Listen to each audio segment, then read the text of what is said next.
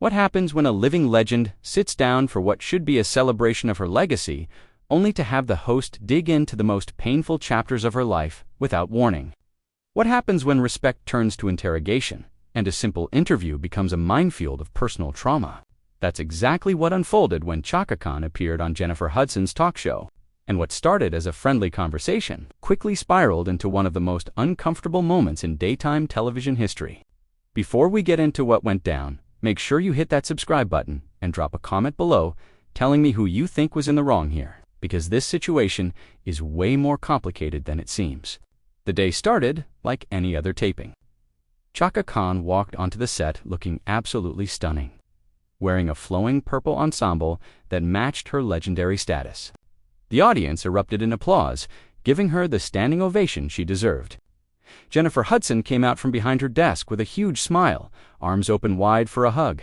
The two embraced, and for a moment, everything seemed perfect. They settled into their chairs. The audience quieted down, and Jennifer started with what seemed like a harmless opening. "Chaka Khan, the Queen of Funk, is in the building," Jennifer said, her voice full of enthusiasm. "I have been waiting for this moment. I grew up listening to your music, and I just have to say, you are everything." Chaka smiled, gracious as always. "Thank you, sweetheart. I appreciate that. You've got some pipes on you, too. I've been watching your journey."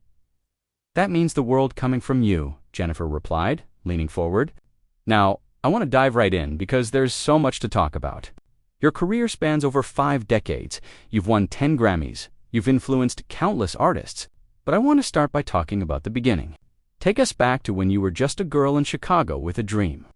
Chaka's expression softened, and she began sharing stories about her childhood. The church, where she first sang, the moment she realized music was her calling. The conversation flowed naturally, with Jennifer asking thoughtful questions and Chaka opening up about the early days of Rufus, the struggle to be taken seriously as a young black woman in a male-dominated industry, and the breakthrough success of "Tell Me Something Good." "That song changed everything for us," Chaka said, her eyes lighting up. "Stevie Wonder wrote it, and when we recorded it, we knew we had something special. But I don't think any of us understood just how big it would become.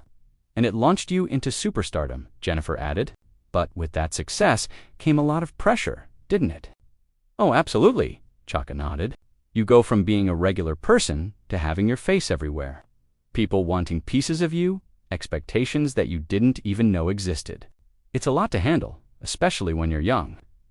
Jennifer nodded along, seeming to understand. "And during that time, you were also navigating personal relationships, starting a family. You had your daughter while you were on the road, performing, recording. How did you balance all of that?" "You don't balance it," Chaka said with a slight laugh. "You just survive it. You do the best you can with what you have. My daughter traveled with me. She grew up in studios and on tour buses. It wasn't conventional, but it was our life." "Speaking of unconventional," Jennifer said, and there was a shift in her tone that was subtle but noticeable. "You've been very open in recent years about your struggles with addiction. Can you talk about when that started?" The studio seemed to get quieter. Chaka's smile faded just slightly, and she took a breath before responding. "Yes, I have been open about it because I think it's important for people to know that addiction doesn't discriminate. It can happen to anyone, and for me, it was a way of coping with the pressure, the pain, the constant demands." "When you say pain, what pain are you referring to specifically?" Jennifer pressed. Chaka paused, and you could see her choosing her words carefully. "Life pain? Career pain? The pain of feeling like you have to be perfect all the time, like you can't make mistakes or show weakness. But there were specific incidents, right?" Jennifer continued. "I mean, there were times when your addiction affected your performances, your relationships with your band. There was that tour where you had to cancel shows." Chaka's posture changed. She sat up a little straighter, and her voice took on a defensive edge. "Jennifer, I'm not sure where you're going with this. Yes, I struggled. Yes, I made mistakes. But I got help, I did the work, and I came out on the other side. That's the story." "Of course, and that's incredibly admirable," Jennifer said quickly, but she didn't stop. "I just think it's important to talk about the reality of what addiction looks like, especially for someone in your position. There were people who depended on you, fans who paid money to see you perform, and there were times when you couldn't deliver because of your addiction. How do you reconcile that?" The audience shifted uncomfortably in their seats. Chaka stared at Jennifer for a long moment, and you could feel the temperature in the room drop. "Reconcile," Chaka repeated, her voice low. "Jennifer, I don't need to reconcile anything with you or anyone else. I've done my work. I've made amends where amends needed to be made. What you're doing right now feels less like an interview and more like an interrogation." "I'm not trying to interrogate you," Jennifer said, and there was something in her expression that was hard to read. Somewhere between genuine concern and determination to push forward, "I'm trying to have an honest conversation about something that affects millions of people. You're a role model, Chaka. People look up to you." "Then let them look up to the fact that I survived," Chaka shot back. "Let them look up to the fact that I didn't let my struggles define me or destroy me. Why are we focusing on the darkest parts of my life instead of celebrating the light?" "Because the dark parts are part of your story," Jennifer insisted. "And I think pretending they didn't happen, or glossing over them, does a disservice to people who are going through the same thing." "I'm not glossing over anything," Chaka said, her voice rising slightly. "I've written about it. I've talked about it in interviews. I've been in therapy for years. But there's a difference between acknowledging your past and having someone throw it in your face on national television." Jennifer looked taken aback. "I'm not throwing anything in your face. I prepared questions based on your own public statements, things you've said in other interviews. Context matters." "Jennifer," Chaka said firmly, "when I talk about my addiction in my own time, on my own terms, that's one thing. When you bring it up in the first 10 minutes of an interview that was supposed to be about my music, my legacy, that's something completely different." There was a tense silence. Jennifer glanced at her producers off camera, then back at Chaka. "I apologize if I've made you uncomfortable. That wasn't my intention. Let's shift gears. Let's talk about your new music." But the damage was already done. You could see it in Chaka's eyes, the way her jaw was set, the way she was holding herself. She answered Jennifer's next few questions, but her responses were clipped, guarded. The warmth that had been there at the beginning of the interview was gone, replaced by a palpable tension that everyone in the studio could feel. "Your new album has been described as a return to your roots," Jennifer said, trying to sound upbeat. "What inspired you to go back to that classic funk sound?" "Music evolves, but some things are timeless," Chaka said simply. "I wanted to remind people what real music sounds like. And by real music, I mean music with soul, with instruments played by actual musicians, with lyrics that mean something. Not this manufactured stuff that's everywhere now." Jennifer smiled, but it looked forced. "Well, there's a lot of great music being made today, across all genres." "If you say so," Chaka replied, and there was an edge to her voice that made it clear she disagreed. Jennifer tried another approach. "You've collaborated with so many artists over the years. Is there anyone today that you'd want to work with?" "Honestly, not really," Chaka said bluntly. "Most of the young artists today don't interest me. They don't have the training, they don't have the discipline. Everything is about the image, the social media, the viral moments. Nobody cares about the craft anymore." "That's a pretty harsh assessment," Jennifer said, and now there was a defensive note in her voice. "There are incredibly talented young artists out there who work very hard at their craft." "I'm sure there are exceptions," Chaka conceded, "but they're drowned out by all the noise." Jennifer sat back in her chair, and you could see her processing what Chaka had just said. The comment about young artists clearly hit a nerve, and the professional smile she'd been maintaining started to crack. "You know, Chaka, I have to push back on that a little bit. I'm one of those artists who came up in a different era than you, and I worked incredibly hard to get where I am. I trained, I studied, I paid my dues. I'm not talking about you specifically," Chaka said, but her tone suggested she might have been. "I'm talking about the industry as a whole. The way music is made now, the way artists are manufactured and packaged and sold like products. It's not the same, but hasn't music always been a business?" Jennifer countered. "Even when you were coming up with Rufus, there were record executives making decisions, marketing teams creating images. You weren't just pure artists floating above the commercial aspects." "Of course it was a business," Chaka agreed, "but there was still artistry at the center of it. We were musicians first. We could actually sing, actually play instruments, actually write songs. We didn't need computers to fix our voices or create our sound." "Are you saying that artists today can't sing?" Jennifer asked, and the edge in her voice was unmistakable now. I'm saying that technology has made it possible for people who can't sing to have singing careers, Chaka clarified, and that's changed what we consider acceptable. The bar has been lowered. Jennifer leaned forward, her hands clasped together on the desk. I think that's unfair. Technology has always influenced music. When electric guitars came out, I'm sure some people said it wasn't real music. When synthesizers became popular, people probably said the same thing. Every generation thinks the next one is doing it wrong. This is different, Chaka insisted. This isn't just new instruments or new sounds. This is fundamental. This is about whether or not someone can actually sing, and whether or not that even matters anymore. So, what are you saying? Jennifer pressed. That someone like, I don't know, pick any current popular artist? They're not legitimate because they use modern production techniques. I'm saying that if you can't get on a stage with just a microphone and a band and blow people away with your raw talent, then maybe you shouldn't be calling yourself a singer. The audience was completely silent now.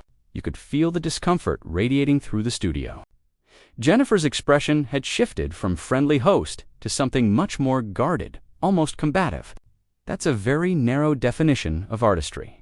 Some of the most innovative musicians in history experimented with technology, with new sounds, with different approaches to making music. Are you saying they weren't legitimate? I'm saying there's a difference between using technology to enhance your art and using it to hide your lack of ability, Chaka shot back. And I think deep down, you know exactly what I'm talking about. Jennifer took a visible breath, clearly trying to maintain her composure. Let's talk about something else. Let's talk about your relationship with Prince. You two were friends for many years, and you collaborated on several projects.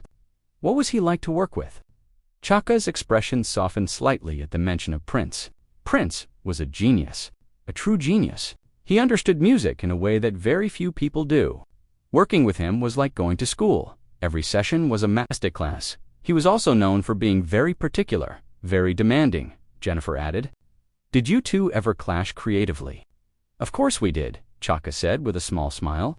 Two strong personalities. To people who know what they want, there's going to be some friction. But it was always in service of the music. We respected each other too much to let ego get in the way. When he passed, that must have been devastating for you, Jennifer said, and her voice had taken on that sympathetic tone that talk show hosts use when discussing tragedy. It was, Chaka said simply. He was my friend. I lost a friend. You attended the funeral, and there were reports that you were asked to perform, but you declined. Can you talk about that decision? Chaka's expression hardened again. No, I don't think I want to talk about that. It's just that there was some controversy around it, Jennifer continued, seemingly unable to help herself. Some people felt that as one of his closest friends, you should have sung at his service. Some people need to mind their own business, Chaka said coldly. My grief is my own. How I chose to honor my friend is between me and his memory. I don't owe anyone an explanation, and I certainly don't owe anyone a performance. Of course not, Jennifer said quickly. I'm just trying to understand the situation. No, you're not, Chaka said, and now her voice had taken on a sharp edge. You're trying to create a moment. You're trying to get me to say something controversial or emotional that you can clip and put on social media. That's what this is really about, isn't it? Jennifer looked genuinely shocked. That's not fair. I'm asking questions that I think the audience wants to hear answered. The audience, Chaka repeated, looking out at the crowd. Let me ask you something, Jennifer. Did you prepare these questions yourself, or did your producers feed them to you? I collaborate with my team on all my interviews, Jennifer said defensively. That's how television works. Right, Chaka said, nodding slowly. So someone in a back room decided that the best way to get ratings was to dig into the most painful parts of my life, and you just went along with it. That's not what happened, Jennifer protested. These are legitimate topics. You're a public figure. You've lived a public life. Being a public figure doesn't mean I've forfeited my right to boundaries, Chaka said, her voice rising. It doesn't mean you get to pick at my wounds for entertainment. I'm not trying to entertain people at your expense, Jennifer insisted. I'm trying to have a real conversation. A real conversation is a two-way street, Chaka fired back. A real conversation requires mutual respect. What you're doing right now is not that. Jennifer's face flushed. I have nothing but respect for you, Chaka. You're a legend. But part of respecting someone is being honest with them. And honestly, some of your answers today had been pretty dismissive and condescending. Dismissive? Chaka's eyebrows shot up. You want to talk about dismissive? You've spent this entire interview either dredging up my past struggles or trying to get me to trash talk other artists or fishing for gossip about my dead friend, wherein any of that is respect. I asked you about your music, Jennifer said, her voice tight. I asked you about your career, your influences. Your new album? You asked surface-level questions about those things so you could get to what you really wanted to ask, which was all the messy, painful, controversial stuff, Chaka corrected. Don't insult my intelligence by pretending otherwise. The tension in the studio was suffocating now. Jennifer looked at her notes, then back up at Chaka, and you could see her struggling with how to proceed. Okay, clearly we've hit a rough patch here. Maybe we should take a quick break. Maybe we should just end this, Chaka suggested, and there was a finality in her voice that made everyone sit up a little straighter. End it, Jennifer repeated, looking confused. We're only halfway through. I think we're done, Chaka said, starting to remove her microphone. I came here thinking we were going to have a conversation about my music, my legacy, the things I'm proud of. Instead, I've been ambushed with questions about my addiction, my personal relationships, my private grief. This isn't what I signed up for. Chaka, please, Jennifer said, and now there was a note of panic in her voice. I'm sorry if I overstepped. Let's reset. Let's start over. You can't start over, Chaka said, standing up from her chair. You can't unask those questions. You can't unmake me feel the way you've made me feel sitting here. The audience gasped. Jennifer stood up too, reaching out as if to physically stop Chaka from leaving. I really think you're overreacting. These are standard interview questions. Other journalists have asked you similar things. And maybe I was wrong to answer them before, Chaka said, her voice cold. Maybe I've been too open, too willing to share my pain for other people's consumption. But I'm done with that now. I'm done being picked apart. You agreed to do this interview, Jennifer said, and now there was frustration creeping into her voice. You knew what kind of show this is. We have deep, meaningful conversations with our guests. Deep and meaningful is not the same as invasive and exploitative, Chaka countered, and if you can't tell the difference, that's a problem. Jennifer's producer stepped onto the set, trying to mediate. You could see him speaking quietly to both women, trying to calm the situation down. But Chaka was already unhooking her microphone pack from her waistband, already gathering her things. Jennifer stood there looking helpless, angry, embarrassed, all at once. I'm sorry you feel this way, Jennifer finally said, and it sounded more defensive than apologetic. I was just doing my job. Then maybe you need to think about what your job actually is, Chaka replied. Is it to illuminate and celebrate your guests, or is it to put them in uncomfortable positions for the sake of viral moments? That's not fair, Jennifer said again, and you could hear the hurt in her voice now. I've worked really hard to build this show, to create a space where people can be honest and vulnerable. Vulnerable is one thing, Chaka said, pausing at the edge of the set. Jennifer's face went through several emotions in rapid succession. Shock, anger, defensiveness, and finally something that looked like genuine hurt. Violated? That's a very strong word, Chaka. I would never intentionally make anyone feel that way. Intention doesn't erase impact, Chaka said, turning back to face Jennifer fully. You might not have meant to hurt me, but you did. You might not have meant to disrespect me, but you have. And now you want me to just sit back down and pretend everything is fine so you can salvage your segment? I want you to give me a chance to make this right, Jennifer said, and there was a pleading quality to her voice now. Tell me what you need. Tell me how we can fix this. Chaka shook her head slowly. You can't fix it, Jennifer. This isn't about one wrong question or one uncomfortable moment. This is about the entire approach. From the minute I sat down, I could feel it. The way you were steering the conversation, the way you kept pushing even when I gave you signals to back off. You weren't listening to me. You were just waiting for your next question. That's not true, Jennifer protested. I was listening. I heard everything you said. Hearing and listening are two different things, Chaka replied. Hearing is just processing the words. Listening is understanding the person behind them, respecting their boundaries, knowing when to push and when to pull back. You're a singer, Jennifer. You understand dynamics. You understand when to go big and when to pull back. Why can't you apply that same sensitivity to a conversation? Jennifer stood there, visibly struggling with what to say next. The audience was completely silent, and several cameras had stopped recording. As if the crew itself wasn't sure whether this was still part of the show or something that had gone completely off the rails. "I think you're being unfair," Jennifer finally said, and her voice had taken on a harder edge. "I think you came in here with an attitude, and nothing I could have asked would have been right." "An attitude?" Chaka repeated, and there was danger in her tone. "I came in here excited. I came in here ready to celebrate my career, to talk about my new music, to connect with your audience. You're the one who changed the energy by asking about your life," Jennifer challenged, "by wanting to know about the real you, not just the image. The real me includes things I choose to keep private," Chaka said firmly. "The real me includes boundaries. The real me includes the right to say this far and no further. And you didn't respect that?" Jennifer crossed her arms. "You know what? Maybe this is a generational thing. Maybe your generation of artists got to control every aspect of your narrative, got to decide what people knew and didn't know about you, but that's not how media works anymore. People want authenticity. They want to see all of you, not just the polished parts. Authenticity doesn't mean giving people access to everything. Authenticity means being truthful about what you choose to share. I've been authentic my entire career. I've shared my struggles, my triumphs, my failures, but I've done it on my terms, in my time, in my way. What you're talking about isn't authenticity. It's exploitation, dressed up as transparency." "That's your perspective," Jennifer said, and now she sounded almost bitter. "But maybe, just maybe, you're so used to being in control that you can't handle someone else asking the hard questions." "Hard questions?" Chaka's voice rose.